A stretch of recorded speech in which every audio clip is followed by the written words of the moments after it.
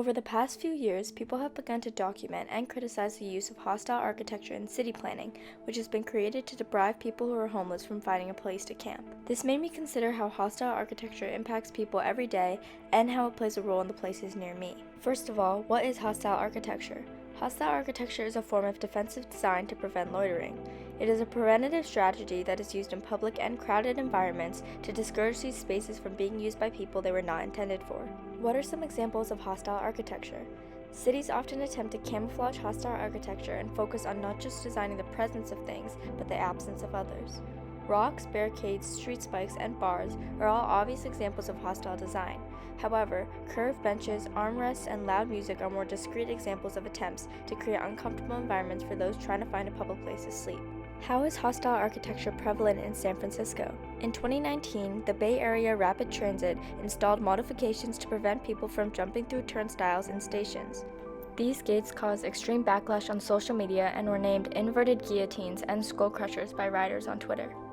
People were shocked at the blatant hostile design with no attempt to be camouflaged, and how it represented a disturbing example of anti-homeless and ableist design in San Francisco. Although BART claimed that they would never install something that they believe could potentially injure someone, people are still skeptical. San Francisco is no stranger to hostile architecture and is deemed to be one of the most unfriendly cities for poor, homeless, and marginalized populations. How can the problem of hostile architecture be solved? The use of hostile architecture has been seen as a method to cover up larger problems of affordable housing instead of increasing safety.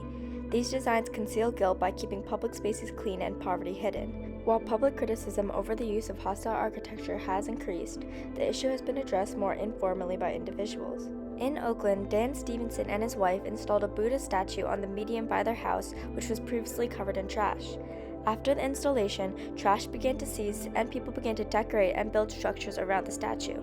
The local Vietnamese community began to pray around the statue, and the crime in the area decreased by 82% within 2 years. Guerrilla gardening and the installation of informal bike parking has countered hostile architecture while providing solutions to other issues. Taking over unused city lots which are being neglected not only makes use of these spaces, but also creates a sense of community.